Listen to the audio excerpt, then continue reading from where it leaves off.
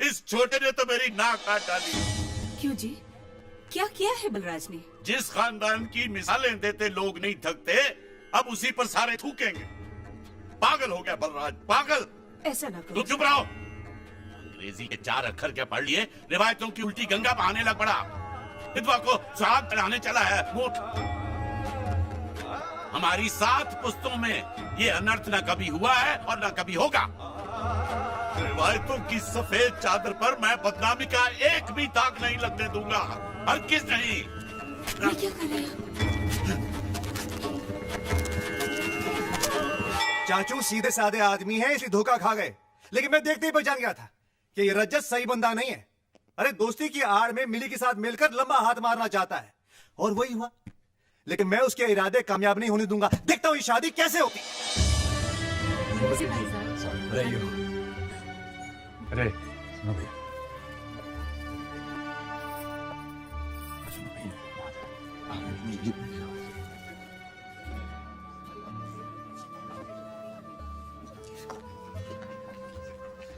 शुक्रिया।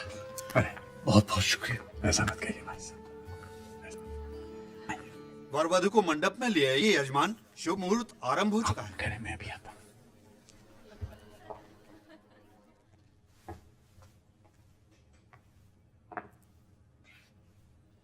चले बेटे।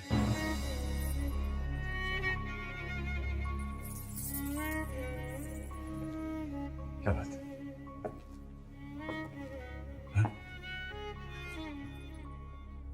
ये सोचकर मेरे कदम आगे ही नहीं बढ़ रहे बाबा कि मेरा घर मुझसे छूटा जा रहा है।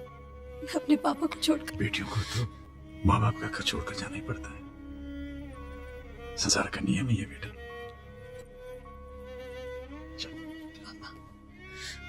आपने मुझे बेटी कहा ही नहीं, माना भी है।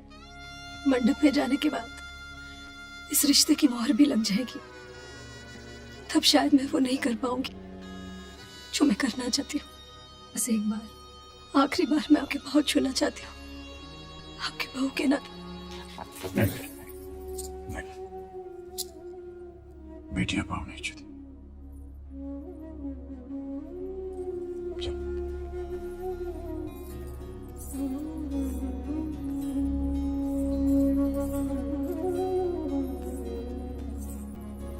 खुश हो बेटे, खुश हो। मैं तो इसे तुम्हारे पास नीचे ला रहा था। ये कहने से मैं खुद को नहीं रोक पा रहा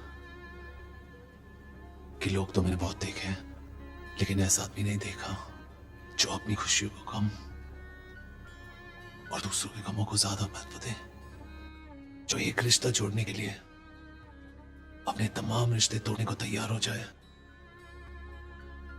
आशीर्वाद दीजिए कि मैं आप जैसा बन सकूं, आपकी बेटी को वो सब कुछ दूं जिसकी वो हकदार है।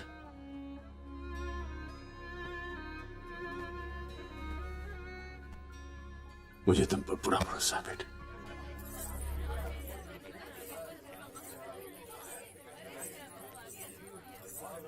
आजा बेटा आजा। बंद करो ये तमाशा, ये शादी नहीं होगी। बड़े भैया, मत कहो मुझे बड़े भैया, तू मेरा भाई हो ही नहीं सकता। मेरा भाई तो वो था जो मेरी हां पर हां और ना पर ना की मोहर लगाता था, जिसे सीने से लगाकर मुझे यकीन होता था कि वो हमारे खानदान की रवायतों को आगे बढ़ाएगा। पर तूने तो थूक दिया उन पर, आग लगा दी उनमें। अरे तू तो खुद ही देख चुका है परंपराओं को ठुकराने का नतीजा। विधवा की मौजूदगी से बदशुगनी ना फैले, इसलिए नहीं लेकर आया था पुष्पा को अभी के ब्याह पर तू नहीं माना, बुलवा ही लिया इसे, और फिर बेटा खोकर उसका अंजाम भी देख लिया। अब आप किसी का मुंह बंद नहीं कर सकते हैं चाचू। अपनी घर की बहू को गैर मर्द को सौंपते हुए आपकी आत्मा ने आपको बिल्कुल धिकारा नहीं? शर्म नहीं आई आपको? इनकी आत्मा मर चुकी है भूषी, तभी तो बेटा खोकर आत्मरी हो चुकी मेरी बहन से अब ये पोता छीनकर उसे बिल्कुल ही मार डालना चाहते हैं।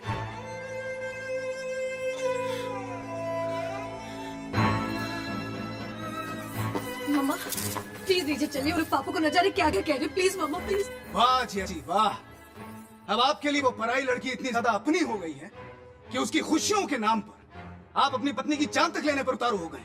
भगवान से डर छोटे, भगवान से डर। विधवा के दूजे ब्याह की बात सोचना भी पाप है, अनर्थ है, अधर्म है।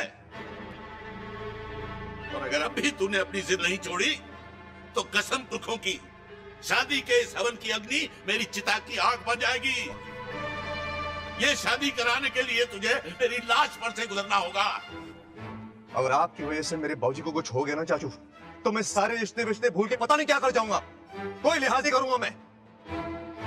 आप लोग जी, यहाँ पे कोई शादी वादी नहीं हो रही है, जाइए अपने घर। ओए पंडित, उठो। बैठिए पंडित जी, बैठिए।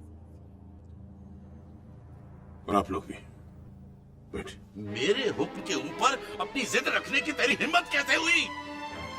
धर्म, समाज, परंपराओं को लात मार कर क्या तू ये साबित करना चाहता है कि तू इन सबसे ऊंचा है, बहुत बड़ा है, भगवान है? नहीं, तू पागल है, पागल। हाँ, मैं पागल हूं बड़े भैया, मैं पागल हूं। बहू को बेटी मानना अगर पागल बनाए तो मैं पागल हूं। उसके आंसू पोंछना अगर पागल बनाए तो मैं पागल हूं। उसकी अंधेरी जिंदगी में खुशियों की रोशनी भरना अगर पागल बने तो हाँ, मैं पागल हूं। क्या कसूर है इस बच्ची का जो मैं इसे इस चार दीवारी के अंदर कैद करके मौत की सजा सुना दूं, जहां न हवा है, न रोशनी है, न किसी सगाई की आस है। तेरी बच्ची कोई दुनिया की सबसे अनोखी विधवा नहीं है जिसके लिए तू अपने ही बंदों से बगावत पर उतर आया है। देख इधर, देख इसे, तेरे अपने ही छोटे भाई की विधवा है ये।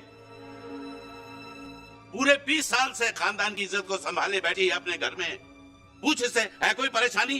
चैन से जी रही है कि नहीं? बता पुष्पा, तू ही बता। जी नहीं बड़े भैया, मुझे कोई परेशानी नहीं। 2 वक्त की रोटी खाती हूँ, तन ढकने के लिए ये बेरंग कपड़े हैं, और हाँ, सांस भी लेती हूँ।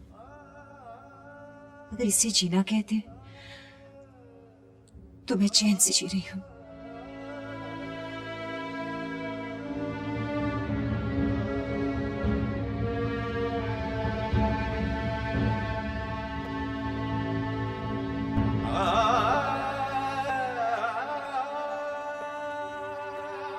मुझे माफ कर दो पुष्पा, उस वक्त मैं चूक गया। विरोध करने के लिए मैं हिम्मत नहीं जुटा पाया,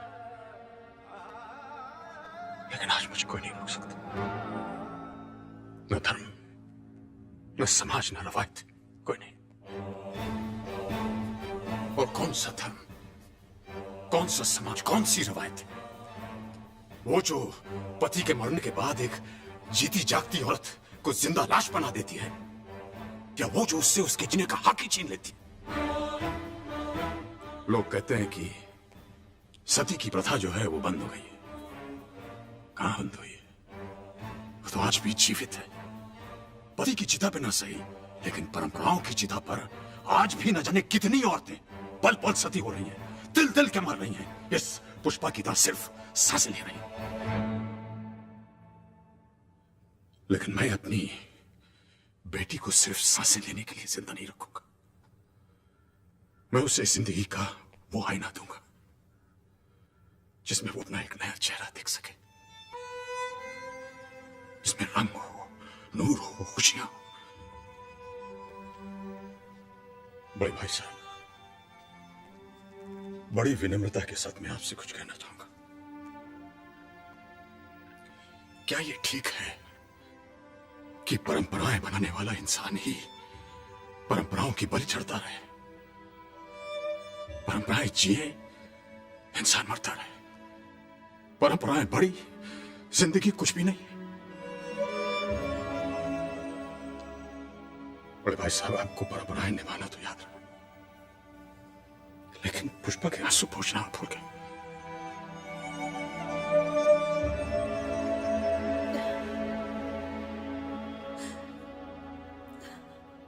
और एक सवाल मैं तुमसे भी पूछना चाहूंगा बीवी। ये जो लड़की तुम्हारे बगल में खड़ी है।